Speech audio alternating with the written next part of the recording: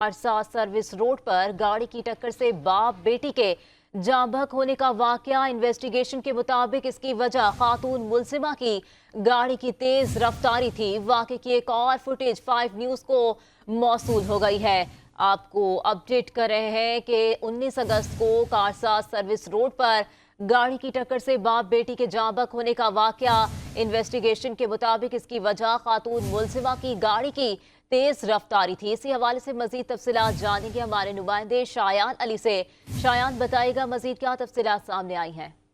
हाँ जी, देखिए ये चंद रोज कबल 19 अगस्त को कारसा सर्विस रोड पर गाड़ी के टक्कर से बाप और बेटी के जाँ बहक होने का ये वाकया है। खातून मुलजिमा की गाड़ी की रफ्तार जो है गैर मामूली हद तक तेज थी। इन्वेस्टिगेटर के मुताबिक इसकी वजह भी सामने आ गई है, जबकि वाकये की एक और सीसीटीवी वीडियो भी जो है 5 न्यूज ने मौसूल कर दी, जिसमें देखा जा सकता है कि खातून ने इसी रोड पर पहले एक सफेद रंग की करोला गाड़ी को भी टक्कर मारी थी, जबकि मुलजिमा की गाड़ी ने करोला गाड़ी के अक्वी दरवाजे को हिट किया था। जबकि इसके साथ साथ जो है करोला गाड़ी के पीछे मौजूद मोटरसाइकिल पर सवार 2 अफराद भी मौजूद थे, जिनको हिट किया गया था। मोटरसाइकिल सवार जो है दोनों सड़क पर गिर पड़े थे, जबकि खातून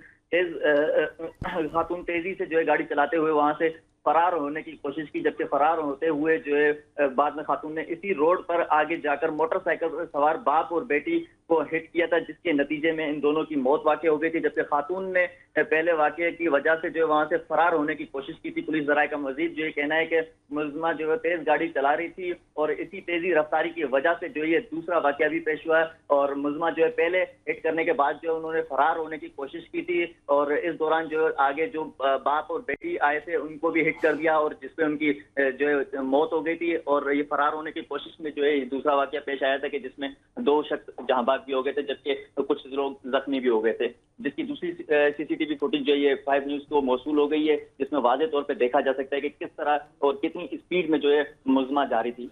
जी ठीक है शायान अली, आप हमें तमाम तर तफसीलात से आगाह कर रहे थे। आपका शुक्रिया।